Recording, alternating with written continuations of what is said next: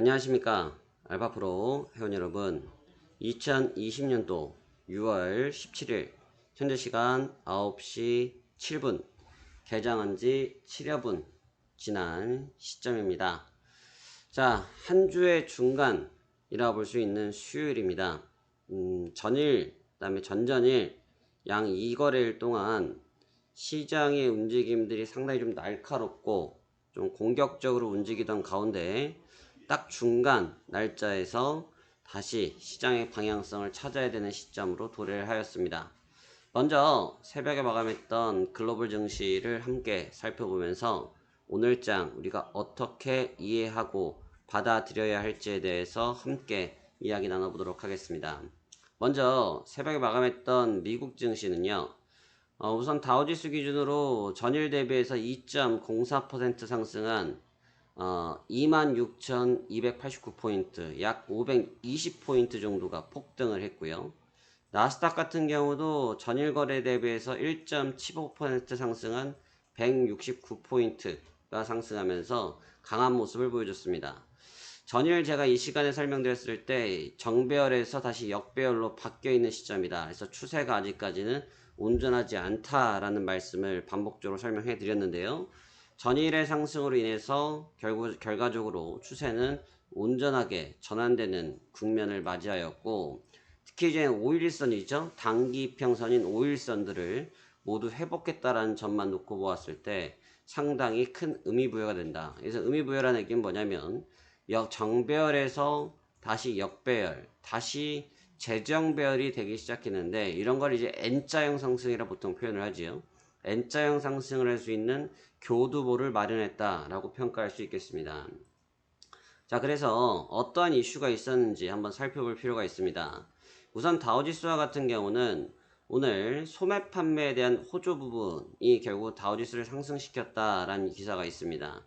이 소매 판매라는 것은 제가 전일 말씀을 드린 적이 있는데요.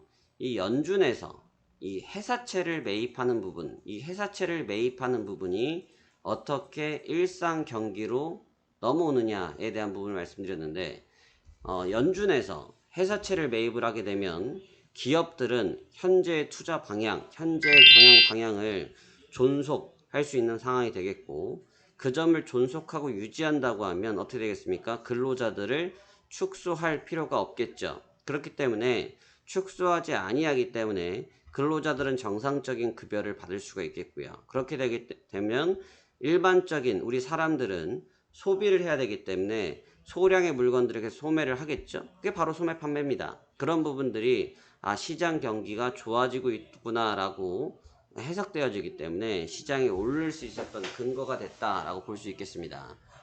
하지만 주목해서 보셔야 될 부분은 연준 파월 의장도 계속 이야기를 하고 있는 부분처럼 아직까지는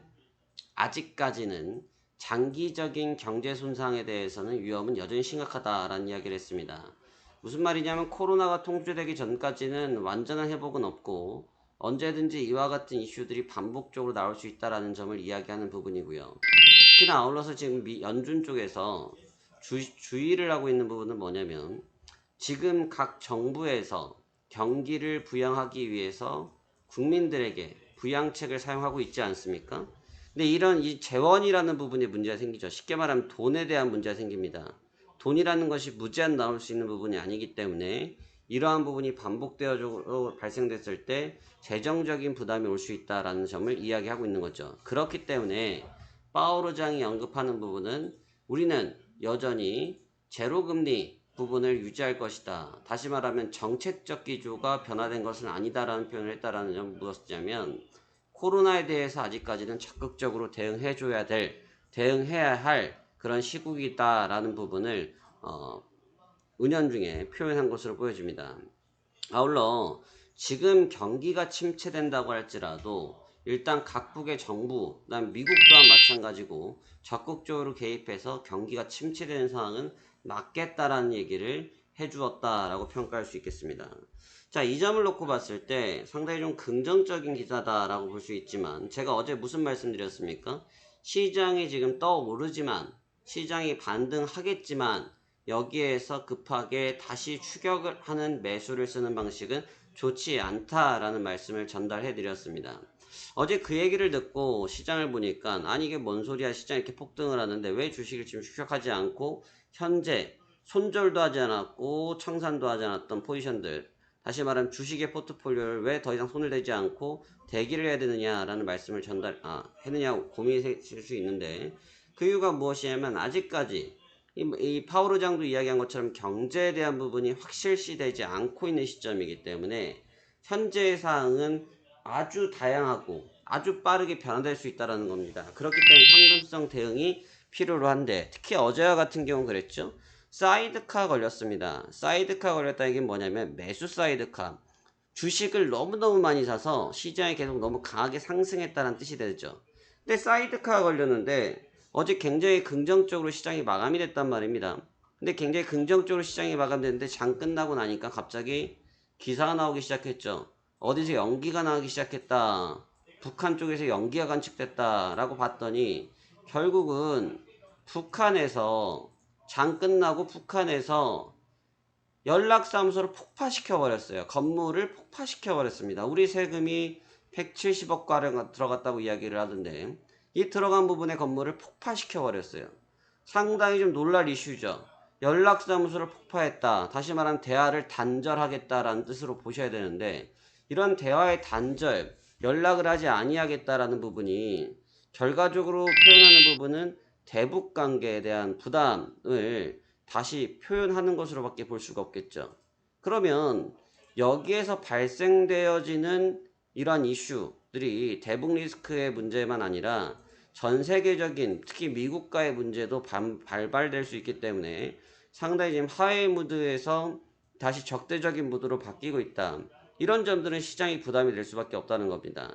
그렇기 때문에 어제 좋은 분위기를 만들어 놨지만 그 추세를 이어가지 못하고 추세가 오히려 지금 같은 경우 또 쉬어가는 경향이 생기는데, 물론 어제 같은 경우는 폭발적인 상승세를 보였기 때문에 쉬어가는 것은 당연하지만, 아주 당연할 수 있겠지만 오히려 이러한 부분들 때문에 더 갈 수 있는 자리에서 시장이 가지 못했다라는 점은 우리가 고민해 볼 필요가 있다라는 겁니다. 일단 개장 초반의 움직임들을 봤을 때는 조금 이제 혼조세를 보이고 있죠. 특히 어제 워낙 뜨거웠기 때문에 코스피아 같은 경우는 보합권, 선물지수는 조금의 상승세를 보이고는 있지만 전반적으로 혼조권들을 보이고 있습니다. 피곤하다는 거죠. 좀 피곤하다는 얘기이기 때문에 지금 자리에서는 어쩔 수 없이 쉬어갈 수밖에 없다라고 봐야 되는데, 이제부터가 중요하다고 말씀드렸죠. 한 주의 중심부, 한 주의 중간에서 이제 방향이 어떻게 잡히느냐가 굉장히 중요합니다.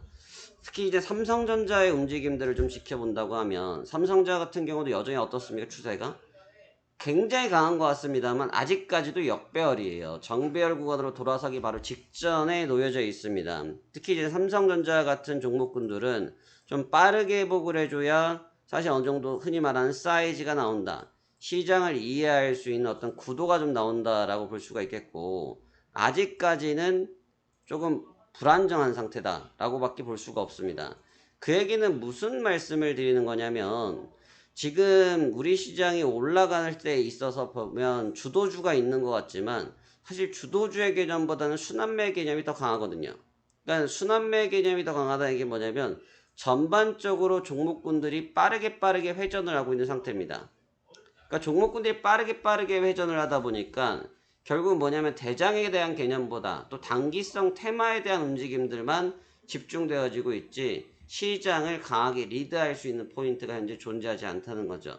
그러니까 어제 뭐 현대차, 기아차 같은 경우 다시 오늘 밀려버리고 있는 상태고, 전일에서 LG화학 같은 경우가 지금 시장을 좀 지탱하기 위해서 이 50만원짜리 주식이 지금 어제에 이어서 또 3%대의 상승을 보여주고 있지만, 단기 매기가 쏠려 있는 종목군들의 자금이 좀 쏠릴 뿐 시장의 큰 자금들의 움직임이 아직까지는 경색되어져 있다라고 보셔야 됩니다. 이러한 자금적인 경색이 이루어졌다라는 부분은 다시 역으로 이야기를 하자고 하면 시장은 아직 방향성을 크게 찾지 못했다라고 평가할 수 있습니다. 오늘 같은 경우도 일단 외국인 투자들과 기관 투자들은 매도세를 취하고 있는 모습을 보이고 있고, 전일 같은 경우도 외국인과 기관들을 보시면 사실 기관들이 4,800억, 외국인들이 1,000억 정도밖에 안 샀거든요. 근데 이 정도를 샀는데 지수가 4, 5%가 올랐다. 사실 좀 굉장히 좀 의구심이 드는 부분입니다. 무슨 말이냐면 1000억대 주식 안 산 적이 어디 있습니까? 그렇게 따지면 6월 3일 날 2000억 샀을 때 기관들 4천 뭐 1조 1000억 샀을 때 뭐 지수가 그 이상 갔어야 된다는 얘기인데 그렇지 않지 않습니까? 그러니까 사실 낙폭과대에 대한 반발력, 그러니까 시장의 단발적 충격에 의한 반발력들이 시장을 좀 견인한 경향은 분명히 있지만 이것이 온전한 흐름이었다라고 평가하기에는 뭐가 있다? 무리가 있다라고 보여지는 거죠. 그래서 오늘 장세는 분위기상 봤을 때는 아직까지는 큰 길을 찾기에는 좀 무리가 있고 흐름이 분명히 개선되어지고 좋아진 것에 대해서는 부정할 수는 없습니다. 부인할 수도 없고요. 그렇지만 대북에 대한 이슈들, 그다음에 연준에서 파월 의장도 계속 언급하고 있는 것처럼 아직 종식되어지지 않았다. 무엇이 코로나가 그렇기 때문에 시장에 대해서 함부로 평가해서 따라다니기에는 무리가 있다라는 것을 반증해주는 부분이기 때문에 우리 또한 전략을 공격적인 전략이 아니라 지금도 보시다시피 기본적인 체력이 있다. 특히 지금처럼 낙폭과대가 발생될 때는 주식을 대거 매입을 하는 알파의 현상이 나오고 있고 대거 매입이 된 뒤에는 강하게 튀어오르는 현상들을 보여주고 있는 것을 고려했을 때 아 그렇구나 그렇다고 하면 눌림목 이후에 빠른 반등 눌림목 이후에 빠른 반등이 나타났을 때 매입할 수 있는 종목군들 다시 말하면 현금성 자산을 통해서 주식을 매입할 수 있는 기회를 포착하는 것이 지금 장에서는 가장 유리한 매매 전략이 되지 않겠느냐라고 평가되어집니다.